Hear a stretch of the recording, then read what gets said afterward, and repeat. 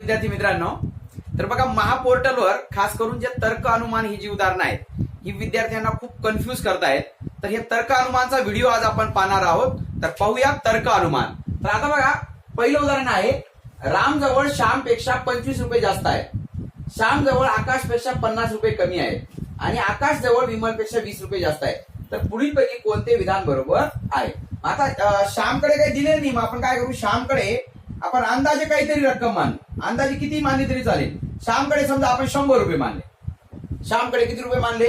100 रुपये मानले. आता राम जवळ श्यामपेक्षा 25 रुपये जास्त आहेत, राम जवळ किती येतील? 25 रुपये जास्त म्हणजे 125 रुपये येतील.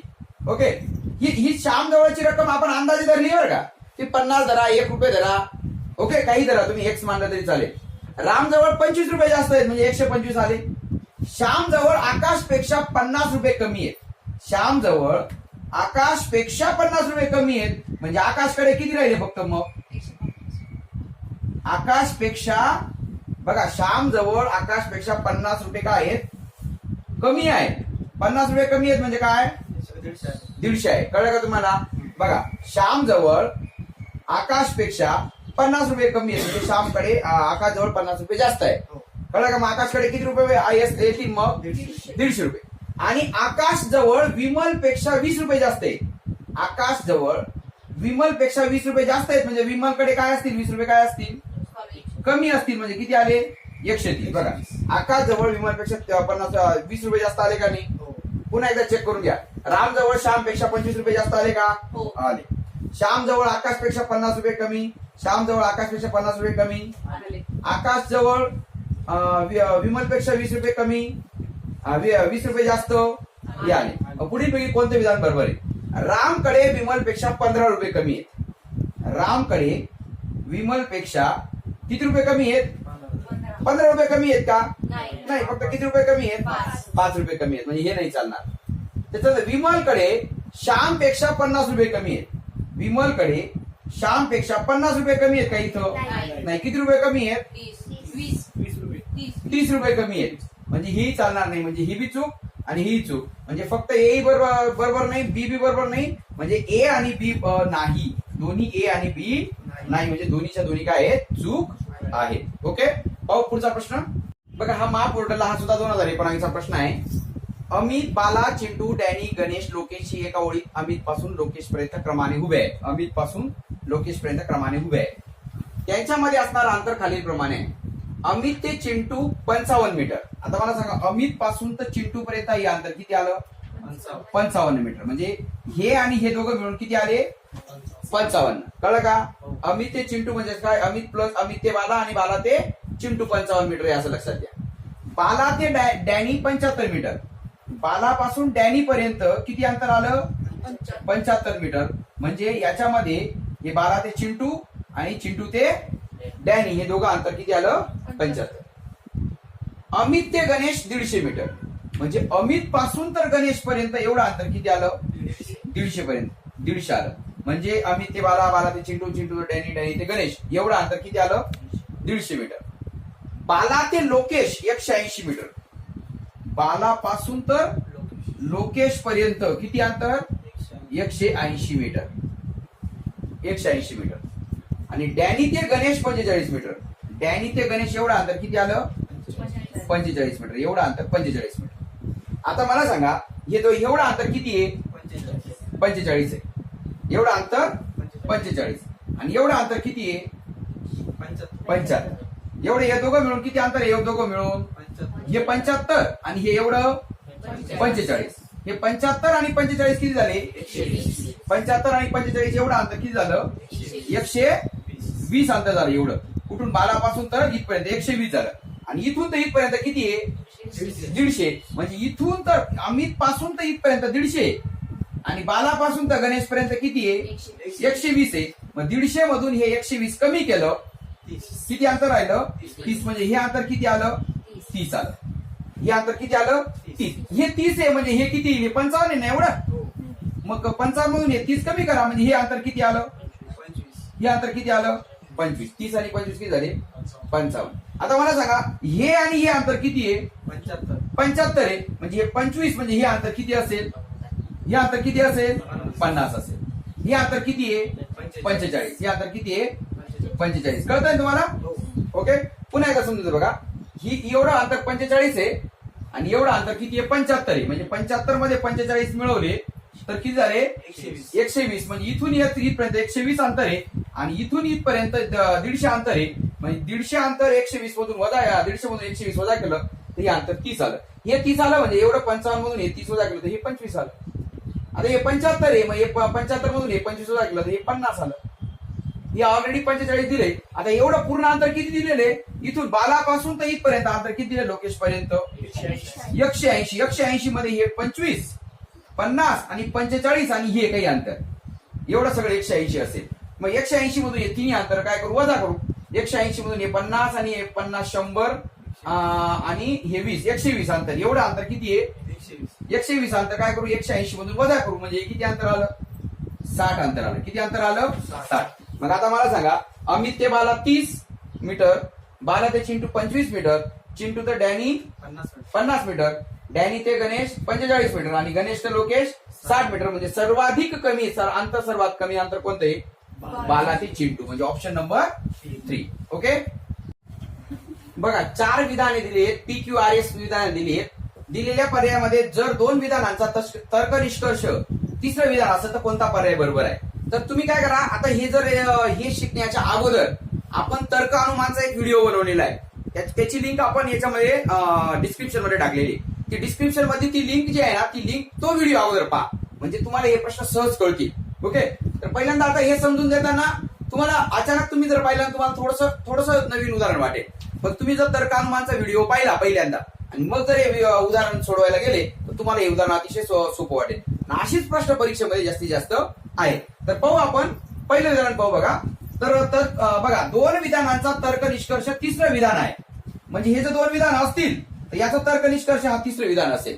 किंवा हे 2 विधान असतील तर याचा तर्क निष्कर्ष हा यायला पाहिजे. किंवा हे 2 विधान असतील तर याचा तर्क निष्कर्ष हा पाहिजे. किंवा या 2 विधानांचा तर्क निष्कर्ष हा पाहिजे. मग आपण काय करू डायरेक्ट 2 विधानांचा तर्क निष्कर्ष हा असेल तर मग हे उत्तर बरोबर असेल. किंवा यांचा निष्कर्ष हा असेल तर हे बरोबर असेल. यांचा निष्कर्ष हा असेल तर हे बरोबर असेल. मग आपण काय करू एक जो पर्याय आहे ना तो एक पर्याय आपण पाहूया. बघा आता आपण काय करू PQचा तर्क हा येतो का पाहूया. पी काय आहे पी काय पहिल्यांदा पी वर खून करू आणि पीचं वाक्य वाचू. काही मुली हुशार आहेत. बघा या मुली आणि या काय केल्या हुशार. बघा या मुली या काय आल्या हुशार. काही मुली हुशार आहेत याचा अर्थ काही हुशार या मुली आहेत.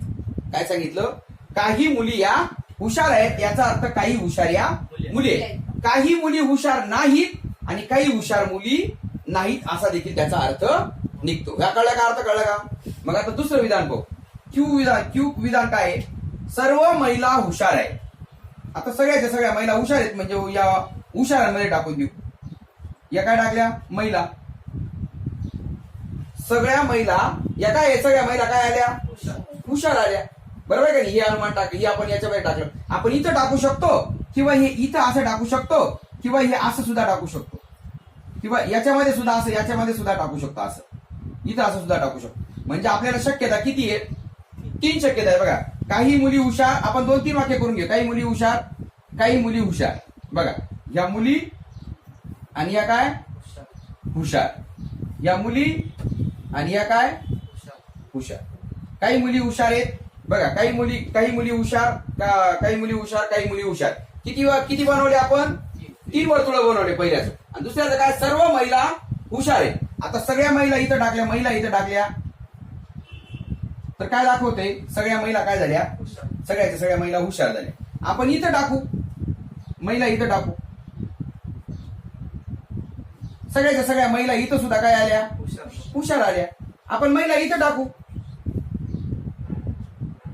सगळ्याच्या सगळ्या महिला काय आल्या हुशारांमध्ये आल्या. मग आता याच्यावरून आर हे विधान निघतं का. आर हा निष्कर्ष निघतो का. आर काय निष्कर्ष आहे काही महिला मुली आहेत. बघा काही महिला या इथं महिला मुली आहेत का इथं नाहीये. इथं महिला मुली आहेत का आहे. इथं महिला मुली आहेत का हो इथं आहे इथं आहे इथं आहे पण इथं नाही ना. जे अनुमान पाहिजे नाही हे सगळ्याच ठिकाणी पाहिजे.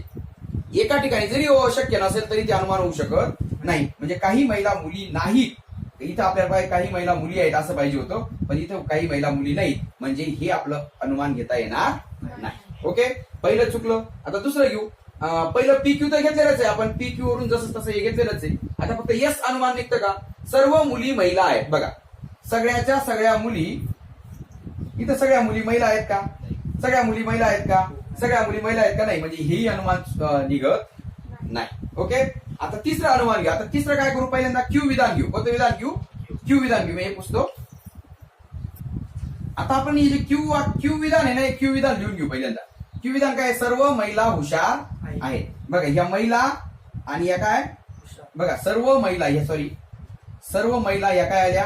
हुशार आल्या. बघा, या महिला आल्या, सर्व महिला या काय आल्या? हुशार आहे.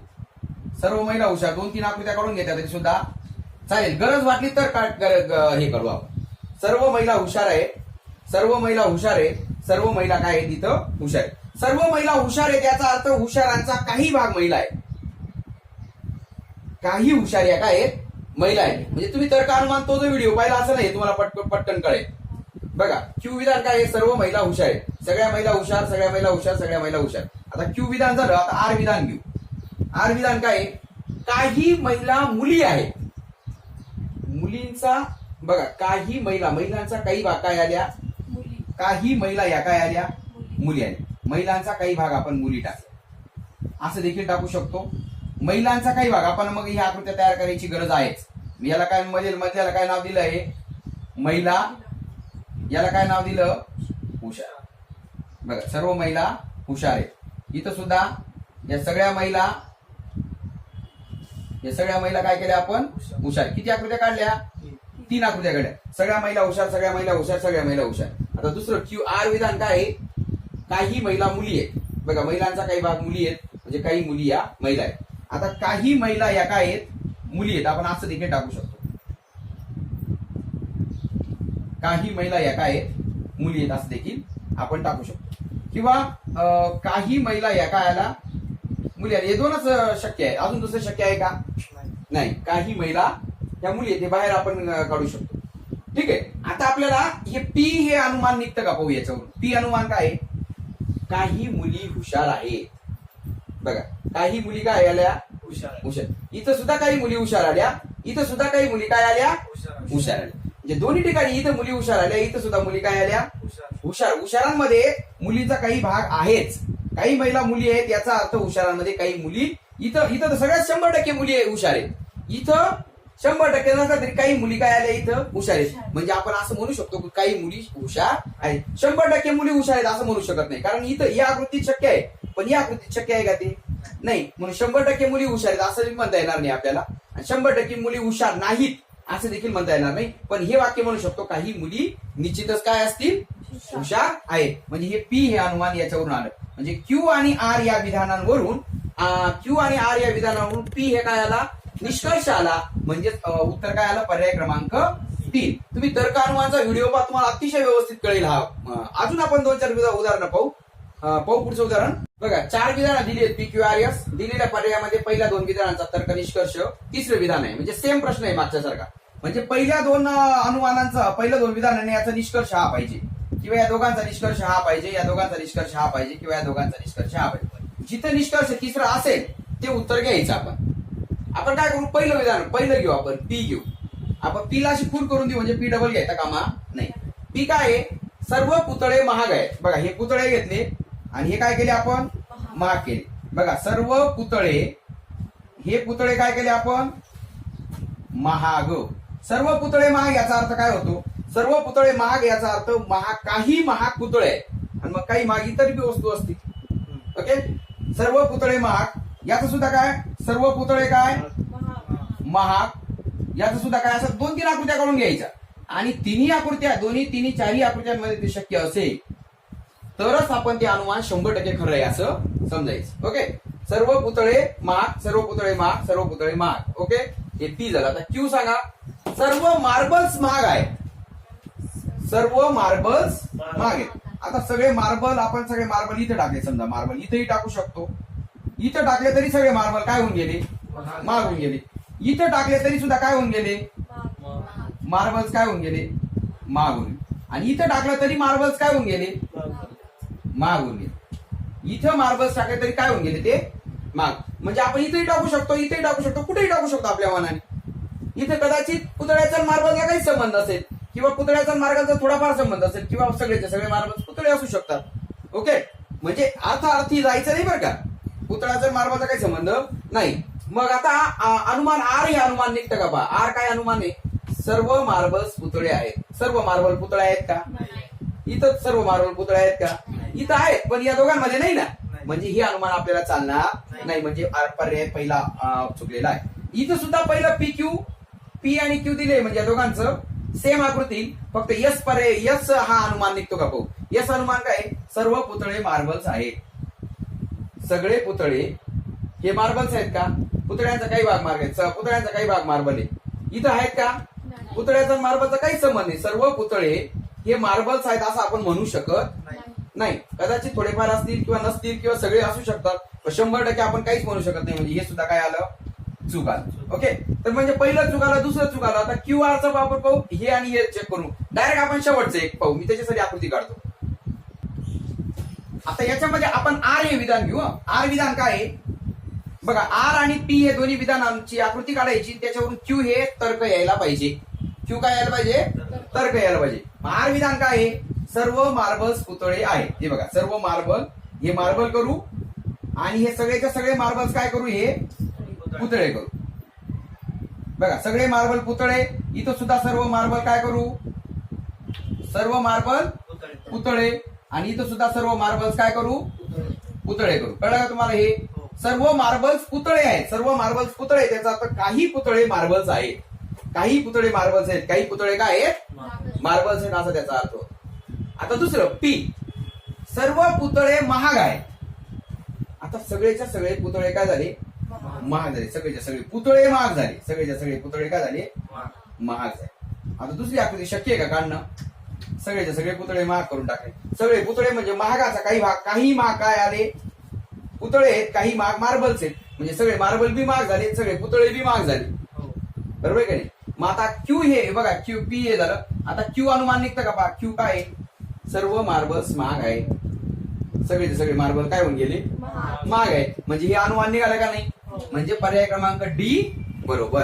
म्हणजे आर आणि पी या दोन विधानांचा निष्कर्ष क्यू आहे. म्हणजेच हे चौथ्या पर्यायाचे के म्हणून उत्तर काय आलं, डी आलं. पाहू अजून उदाहरण. हे महापोर्टल 2019 ला विचारलेला फेब्रुवारी महिन्यामध्ये फायनान्स डिपार्टमेंटच्या परीक्षेत विचारलेला प्रश्न आहे. पाहू पुढचा प्रश्न. आर विधाने PQRS दिलेली आहे. दिलेल्या पर्यायामध्ये पहिल्या दोन विधानांचा तर्क निष्कर्ष, तिसरे विधान आहे तर कोणता पर्याय. म्हणजे मागचं जसं आहे तसं. म्हणजे या दोन यांचा तर्क निष्कर्ष हा पाहिजे, किंवा या दोन याचा हा पाहिजे, किंवा हा दोन यांचा हा पाहिजे, किंवा या दोन याचा हा पाहिजे. जिथं शक्य असेल ते आपण करायचं. आपण काय करू, पहिल्यांदा पी विधान घेऊ. कोणतं विधान घेऊ, पी. पी विधान काय आहे, काही रेडिओ इलेक्ट्रॉनिक आहेत. बघा, काही रेडिओ इलेक्ट्रॉनिक आहेत, म्हणजे काही इलेक्ट्रॉनिक रेडिओ आहेत. किती आकृत्या काढल्या आपण, 4. काही रेडिओ इलेक्ट्रॉनिक, काही रेडिओ इलेक्ट्रॉनिक. ओके. आता सर्व रोबोट इलेक्ट्रॉनिक आहेत. सगळ्याच्या सगळे रोबोट, हे रोबोट टाकले आपण. हे सगळ्याचे सगळे रोबोट काय टाकले, इलेक्ट्रॉनिक टाकले. इथं टाकू, इथं सुद्धा आपण रोबोट टाकू शकतो, आपली मर्जी. फक्त आपलं काय उद्या उत्तर काय यायला पाहिजे, सगळे रोबोट इलेक्ट्रॉनिक आहेत का नाही. इथं आपण रोबोट टाकू शकतो. सगळे रोबोट काय आले, इलेक्ट्रॉनिक आहे. सगळे रोबोट इलेक्ट्रॉनिक आहेत. इथं सगळे रोबोट इलेक्ट्रॉनिक, इथं सगळे रोबोट इलेक्ट्रॉनिक, सगळे रोबोट इलेक्ट्रॉनिक. आता हे पी झालं आणि क्यू सुद्धा विधान झालं आहे की नाही. सर्व रोबोट इलेक्ट्रॉनिक, पी आणि क्यू विधान झालं. आता आर हा त्यांचा निष्कर्ष येतो का पाहूया. आर काय आहे, काही रोबोट रेडिओ आहेत. काही रोबोट रेडिओ आहेत का इथं, इथं काही रोबोट आहेत. इथं तर सगळेच आहेत, पण इथं नाही ना. तिन्ही आकृत्यांमध्ये शक्य असेल तरच आपण म्हणायचं हे अनुमान बरोबर आहे. या तिन्ही आकृत्यांमध्ये शक्य नाही, म्हणून काही रोबोट रेडिओ आहेत असं म्हणता येणार नाही. म्हणजे हे चालणार नाही. मग आता यस चालेल का. बघा, पहिले पी आणि क्यू वरून आपण आकृती काढलेली. फक्त यस अनुमान म्हणजे निघतं काय पाहूया आपण. यस काय, सर्व रेडिओ रोबोट आहेत. सगळे रेडिओ रोबोट आहेत का, सगळे रेडिओ इथं रोबोट आहेत का, नाही. इथेही नाही, कुठंच नाही. म्हणजे यस सुद्धा, हे सुद्धा चालणार नाही. मग आपल्याला काय करावं लागेल, क्यू घ्यावं लागेल, आर घ्यावं लागेल आणि मग पी काढावं लागेल. आपण क्यू आर पी ची आकृती काढू. बघा, आता आपण तिसरं हे पाहूया. या दोघांचं अनुमान जर तिसरं विधान आहे, या दोन विधानांचं अनुमान तिसरं जर असेल तर मग हे उत्तर बरोबर आहे असं आपण गृहीत धरू. तर मग आपण काय करू, पहिल्यांदा क्यू विधान घेऊ. क्यू विधान काय आहे, सर्व रोबोट इलेक्ट्रॉनिक आहेत. बघा हे सगळे रोबोट काय काढले मी, इलेक्ट्रॉनिक. सगळे रोबोट इलेक्ट्रॉनिक, सगळे रोबोट इलेक्ट्रॉनिक आहेत. याचा अर्थ इलेक्ट्रॉनिकचा काही भाग रोबोट आहे आणि इलेक्ट्रॉनिकचा काही भाग रोबोट नाहीत असा त्याचा अर्थ होतो, लक्षात ठेवा.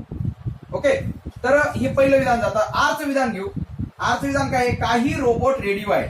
आता रोबोटचा काही भाग काय करू आपण, रोबोटचा काही भाग काय करू आपण, रेडिओ करू. रोबोटचा काही भाग काय केला, रेडिओ केला. रोबोटचा काही भाग काय केला आपण, रोबोटचा काही भाग आपण काय केला, रेडिओ केला. या दोनच आकृत्या शक्य आहेत, बाकीचं शक्य नाही. मग आता काही बघा, इथं काही रोबोट रेडिओ आहेत, काही रोबोट रेडिओ आहेत. मग रेडिओ इथं सगळेच रेडिओ इलेक्ट्रॉनिक असतील किंवा काही रेडिओ काय असतील, इलेक्ट्रॉनिक असतील. मग आता आपण क्यू आणि आर वरून हे दोन आकृत्या बनवल्या. आता पी हे त्याचं अनुमान आहे का पाहूया. मग पी काय आहे, काही रेडिओ इलेक्ट्रॉनिक आहेत. बघा काही रेडिओ, इथं तर सगळेच रेडिओ काय आले, इलेक्ट्रॉनिक आले. इथं काही रेडिओ काय आले, इलेक्ट्रॉनिक. म्हणजे इथं सुद्धा काही रेडिओ इलेक्ट्रॉनिक आले, इथं सुद्धा सगळे रेडिओ इलेक्ट्रॉनिक आले. म्हणजे काही रेडिओ इलेक्ट्रॉनिक आहेत असं आपल्याला म्हणायला काही हरकत नाही. म्हणजे पर्याय क्रमांक किती, 3 नंबरचा पर्याय बरोबर आहे. पाहू पुढचं असंच उदाहरण. बघा सेम उदाहरण आहे. 2 विधानांवरून तिसरं अनुमान काय पाहिजे, बरोबर पाहिजे. या 2 विधानावरून तिसरं त्याचं अनुमान पाहिजे. काय पाहिजे, अनुमान पाहिजे. ओके, तर मग आता आपण काय करू, पहिलं पी उदाहरण घेऊ. पी हे विधान घेऊ. पी काय आहे, सर्व कॉम्प्युटर्स हुशार आहेत. सगळे कॉम्प्युटर काय केले, हुशार केले. सगळे कॉम्प्युटर हुशार, सगळे कॉम्प्युटर काय केले आपण, हुशार केले. बघा सगळे कॉम्प्युटर हुशार आहेत याचा अर्थ काय होतो, हुशारांचा काही भाग कॉम्प्युटर आहेत. सगळेच हुशार, सगळे हुशार कॉम्प्युटर आहेत असा अर्थ नाही होत. हुशारांचा काही भाग कॉम्प्युटर व्यतिरिक्त सुद्धा आहेत. म्हणजे कसं, सगळ्या मुली हुशार आहेत याचा अर्थ काय, हुशार सगळे मुलीच असतील असं काही नाही. हुशारांमध्ये बाकीचे मुलं माणसं ते देखील असू शकतात. कळलं का तुम्हाला, सगळ्या मुली हुशार आहेत याचा अर्थ हुशारांमधला सगळा गट फक्त मुलीच आहेत असं नाही. हुशारांमध्ये मुली सगळ्या आल्या आणि उरलेले इतर सुद्धा असू शकतात, माणसं किंवा बाया वगैरे इतर असू शकतात. म्हणजे सगळे कॉम्प्युटर हुशार आहेत याचा अर्थ हुशारांचा काही भाग कॉम्प्युटर आहे आणि काही हुशार कॉम्प्युटर नसलेले देखील हुशार आहेत असा अर्थ निघतो. मग आता पहिलं पी विधान झालं. आता क्यू, सर्व माकडे हुशार आहेत. बघा आता हे हुशारांमध्ये आपण इथं माकडे टाकून दिली. बघा म्हणजे काय, सगळे माकडे काय झाले, हुशार झाले. इथं टाकलं तरी सुद्धा सगळे माकडे काय झाले, हुशार झालं. इथं टाकलं तरी सुद्धा काय झाले, सगळे माकडे काय झाले, हुशार झाले. किंवा असं बाहेर जरी टाकलं तरी सुद्धा काय झाले, सगळे माकडे काय नाही, बाहेर टाकलं तर नाही होणार. ओके, तर सर्व माकडे हुशार आहेत म्हणजे 3च शक्यता येऊ शकतात. सर्व माकडे हुशार, सगळे माकडे हुशार आणि इथं सुद्धा सगळे माकडे काय आले, हुशार आले. मग आता या पी आणि क्यू विधान घेतलं आपण, त्याच्यावरून आर हा अनुमान निघतो का. आर अनुमान काय, सर्व माकडे कॉम्प्युटर आहेत. आता सगळे माकडे कॉम्प्युटर आहेत का, इथं सगळे माकडे कॉम्प्युटर आहेत. इथं काही माकडे कॉम्प्युटर आहेत, इथं काही एकही माकडे कॉम्प्युटर नाही. म्हणजे जे अनुमान आहे ना ते 3 ठिकाणी बसलं पाहिजे. जेवढे आकृत्या शक्य आहेत सगळ्या आकृत्यांमध्ये बसलं पाहिजे. म्हणजे सर्व माकडे कॉम्प्युटर आहेत असं यामध्ये बी बसत नाही, यामध्ये बी बसत नाही. म्हणजे हे आपलं अनुमान येणार नाही. आता हे पी क्यू आपण आकृती घेतलेली आहे, फक्त यस अनुमान, यस निघतं का अनुमान पाहू याच्यामध्ये. यस काय, सर्व कॉम्प्युटर माकडे, सगळे कॉम्प्युटर माकडे आहेत का, नाही. म्हणजे हे सुद्धा चालणार नाही. डायरेक्ट आपण काय करू, डायरेक्ट चौथी आकृती काढून पोहोचा. आता बघा आपण हे पहिले 2 तर आपले उत्तर पहिले 2 काढून पाहिले, काही उत्तर आलं नाही. आपण काय करू, डायरेक्ट शेवटचं उत्तर काढून पाहू आणि शेवटचं नाही आलं तर आपण तिसरं उत्तर बनवून टाकू. ओके, शेवटचं आपण पहिलं अनुमान घेऊ, पहिलं विधान घेऊ. आर हे विधान घेऊ. आर विधान काय आहे, सर्व माकडे कॉम्प्युटर आहे. म्हणजे सगळे माकडे काय केले आपण, कॉम्प्युटर काढले. सगळे माकडं कॉम्प्युटर काढले, सगळे माकडं कॉम्प्युटर काढले, सगळे माकडं कॉम्प्युटर, असं 2-4 आकृत्या काढून घ्या. ओके, सगळे माकडे कॉम्प्युटर याचा अर्थ काय, मग कॉम्प्युटरचा काही भाग माकडं आहे, कॉम्प्युटरचा काही भाग माकडं नाहीत असा अर्थ निघतो. बरं, आता आर विधान झालं. आता पी विधान घेऊ. पी काय विधान आहे, सर्व कॉम्प्युटर हुशार आहेत. आता हे कॉम्प्युटर बाहेरचे आहेत म्हणजे सगळे कॉम्प्युटर काय करावं लागतील आपल्याला, हुशार करावं लागतील.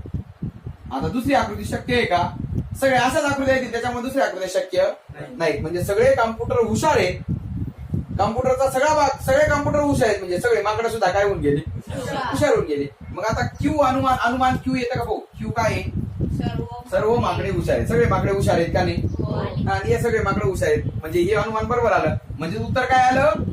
पर्याय क्रमांक 4 आलं. पाहू अजून उदाहरण. बघा सेम उदाहरण आहे. पहिले 2 विधानांचं निष्कर्ष तिसरं पाहिजे. पहिल्या 2 विधानांचा निष्कर्ष म्हणजे जिथं काढून पहा. व्हिडिओ काय करा तुम्ही पॉज करा आणि स्वतः काढून पहा. आणि जर समजा तुम्हाला कळलं नाही तर मग काय करा, मी जसं उत्तर काढतोय तसं नंतर तुम्ही त्याचं एक्सप्लेनेशन पहा. लगेच व्हिडिओ पॉज करा आणि स्वतः काढून पहा. मी लगेच तुम्हाला काय करतो हे याचं उत्तर काढून देतो. ओके, तर पाहू आपण याच्यामध्ये पहिलं अनुमान. या दोघांचं अनुमान हे येतं का पाहूया आपण. पहिलं पी अनुमान घेऊ, पी विधान घेऊ. काही कुत्रे काळ्या रंगाचे, काही कुत्रे काळ्या रंगाचे, काही कुत्रे काळ्या रंगाचे, काही कुत्रे काळ्या रंगाचे. 2-3 आकृत्या काढून घेतल्या. आता क्यू विधान घेऊ. सर्व लांडगे काळ्या रंगाचे. बघा इथं लांडगे टाकू. सगळे लांडगे काय झाले? काळ्या रंगाचे झाले. इथं लांडगे टाकले तरी सुद्धा काय होती? काळ्या रंगाची होती. इथं लांडगे टाकले तरी सुद्धा काय होती? इथं लांडगे टाकले तरी सुद्धा काय होती? ते काळ्या रंगाची होती. ओके, मग आता याच्यावरून अनुमान आर अनुमान निघतं का पाहू. आर काय? काही लांडगे कुत्रे आहेत.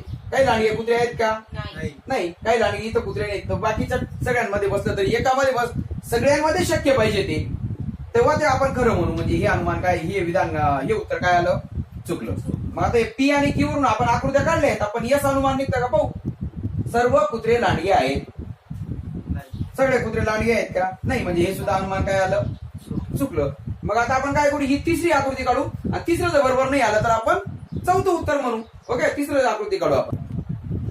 आता बघा हे आपण हे दोघं तर चूक केले. आता हे दोन्ही विधान वरून हा निष्कर्ष येतो का पाहू. तर पहिलं पाहूया आपण क्यू हे विधान पाहू. क्यू विधान काय आहे? सर्व लांडगे काळ्या रंगाचे आहे. हे सगळे लांडगे आपण काय केले? सर्व लांडगे काळ्या रंगाचे काढले.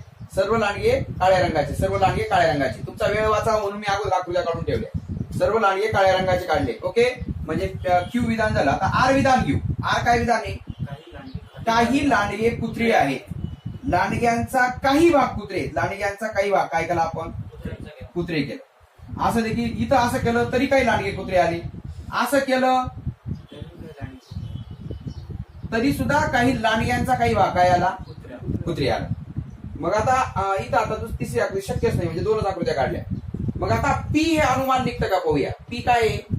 काही कुत्रे काळ्या रंगाचे आहे. इथं ते सगळेच कुत्रे काय आले? काळ्या रंगाचे आले. इथं काही कुत्रे काय आले? काळ्या रंगाचे आले.